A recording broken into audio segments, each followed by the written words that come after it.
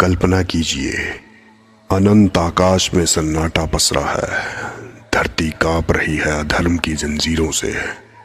एक असुर अपने अहंकार में स्वयं को ईश्वर कह बैठा है। उसने देवताओं को परास्त कर दिया, मनुष्यों को भयभीत कर दिया। परंतु इसी अंधकार के बीच एक नन्हा सा बालक है, प्रहलाद, जिसके होंठों पर केवल एक नाम है, नारायण नारायण। और यही भक्ति पुकारती है स्वयं भगवान विष्णु को। आज हम सुनेंगे उस अवतार की कथा जहां भगवान ने सभी सीमाएं तोड़ दी और प्रकट हुए नरसिंह रूप में। यह केवल युद्ध की कथा नहीं, यह है भक्ति और अहंकार की गाथा। हिरण्यकश्यप ब्रह्मा के वरदान से अजय हो चुका था। देवता उसके नाम से भी कांपते थे। धरती पर उसके आदेश से हर घर, हर मंदिर में उसकी ही पूजा होती थी। अब इस संसार में केवल एक ही ईश्वर है, हिरण्यकश्यप। मेरे अतिरिक्त कोई और देवता नहीं। जो मेरा नाम ना ले उसका वध कर दो। सारा राज्य आतंक से भर गया, लेकिन इस अंधकार में भी एक दीपक जल रहा था। उसका अपना पुत्र प्रहलाद। प्रहलाद का हृदय बचपन से ही भगवान विष्णु की भक्ति में डूबा था। जहां अन्य बच्चे खेलते, प्रहलाद ध्यान में बैठकर नारायण नारायण का जप करता।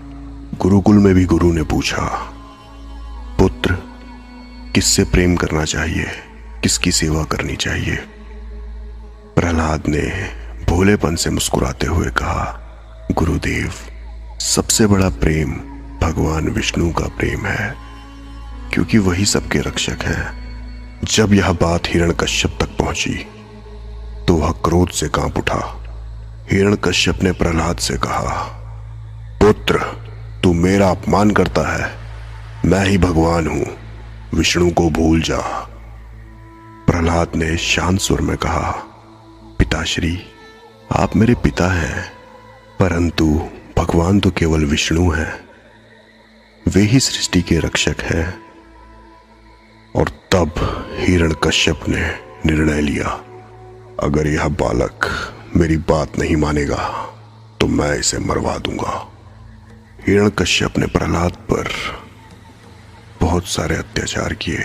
कभी हाथों के पैरों तले प्रहलाद को जंजीरों से बांधकर क्रोधित हाथियों के आगे फेंक दिया, लेकिन हाथी उसके पास आते ही शांत हो गए, जैसे किसी अदृश्य शक्ति ने उन्हें रोक लिया हो। फिर उसने विष का प्याला उसे दिया। राजमहल में उसे विष पिलाया गया, लेकिन जैसे ही उसने मंत्र जपा, ओम नमो नारायणाय, वह विष अमृत बन गया। हिरण्यकश्यप का अत्याचार यही नहीं रुका।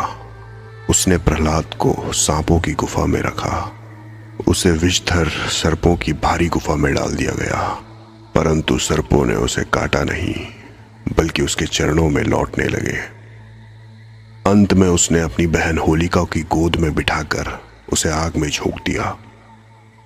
होलिका को वरदान था कि अग्नि उसे जला नहीं सकती, लेकिन भगवान की लीला देखिए, होलिका जलकर भस्म हो गई और प्रहलाद अग्नि से सुरक्षित निकल गया। हिरण्यकश्यप का क्रोध अब और बढ़ चुका था। उसने प्रहलाद को अपने दरबार में बुलाया और कहा, ओ मूर्ख पुत्र, तू बार बार विष्णु का नाम लेता है। अगर वह सच में है तो बता, क्या वह इस स्तंभ में भी है? प्रहलाद ने निभिग्र स्वर में कहा, हां पिता, भगवान हर जगह है, इस स्तंभ में भी है। हिरण्यकश्यप ने गदा उठाई और स्तंभ पर प्रहार किया। अचानक महल कांप उठा, स्तंभ फटा, आकाश में बिजली सी चमकी और उसी क्षण प्रकट हुए नरसिंह। जैसे ही स्तंभ टूटा, उससे आधा नर और आधा सिंह रूप भी भगवान विष्णु प्रकट हुए। उनकी आंखें अग्नि की तरह लाल थी, नाखून वज्र की तरह तेज। पूरा महल उनकी दहाड़ से कांप उठा। दरबारियों ने चिल्लाकर कहा, ये क्या रूप है, न इंसान न पशु, ये तो कोई दिव्य शक्ति है। प्रहलाद ने आंसू भरी आंखों से कहा, प्रणाम प्रभु, आप मेरे रक्षक हैं। हिरण्यकश्यप ने अपनी गदा उठाई और क्रोध से दहाड़ा, कौन हो तुम? किसने साहस किया मेरे दरबार में आने का? क्या तुम सोचते हो तुम मुझे हरा सकते हो? भगवान नरसिंह ने कहा, अधर्मी, मैं तेरे अंत का काल हूं, तेरे अहंकार का विनाश करने आया हूं। हिरण्यकश्यप ने वार किया, परंतु भगवान नरसिंह ने उसकी गदा तोड़ दी। तलवार उठाई, नरसिंह ने उसको भी चकनाचूर कर दिया। राजमहल की दीवारें कांप उठी। देवता आकाश से देखने लगे। धरती पर प्रजा जयकार करने लगी, जय श्री नरसिंह देव। और तभी एक आवाज आई, न दिन में मरेगा न रात में, न मनुष्य से मरेगा न पशु से, न भीतर मरेगा न बाहर, न हथियार से न शस्त्र से। नरसिंह उसी वरदान को तोड़ने आए थे। यह समय था संध्या का, न दिन न रात। स्थान था महल का द्वार, न अंदर न बाहर। वे थे आधे मनुष्य आधे सिंह, न पूरे मनुष्य न पूरे पशु। हथियार नहीं, केवल नाखून। भगवान नरसिंह ने अपने तेज नखों से हिरण्यकश्यप को पकड़ा और उसे उठाकर घुटनों पर रखा और छाती चीर दी। असुर की दहाड़ें आकाश में गूंज उठी। उसका रक्त प्रवाहित हो गया और उसी क्षण अहंकार का अंत हो गया। जय श्री नरसिंह देव, जय भक्त प्रहलाद की। लेकिन वध के बाद भी नरसिंह का क्रोध शांत नहीं हो रहा था। उनकी दहाड़ से आकाश थर्रा रहा था। देवता, ब्रह्मा, शिव सब आकर खड़े हो गए, पर कोई उन्हें शांत नहीं कर सका।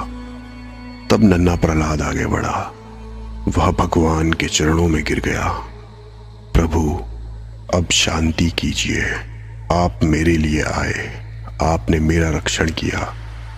अब मुझे आपके करुणामय स्वरूप का दर्शन दीजिए। नरसिंह ने प्रहलाद को उठाया और गोद में बिठा लिया।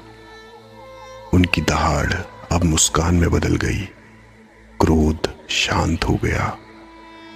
देवताओं ने फूल बरसाए। प्रजा ने नतमस्तक होकर प्रणाम किया। भगवान नरसिंह ने कहा, जब जब अहंकार बढ़ेगा और धर्म खतरे में पड़ेगा, तब तब मैं प्रकट होऊंगा और भक्तों की रक्षा करूंगा। प्रहलाद का नाम आज भी अमर है, क्योंकि उसने हमें सिखाया कि सच्ची भक्ति में इतना बल होता है कि स्वयं भगवान को भी प्रकट होना पड़ता है। तो मित्रों, यह थी नरसिंह अवतार की कथा, जहां एक ओर था अहंकार और दूसरी ओर थी भक्ति, और अंत में भक्ति ही जीती।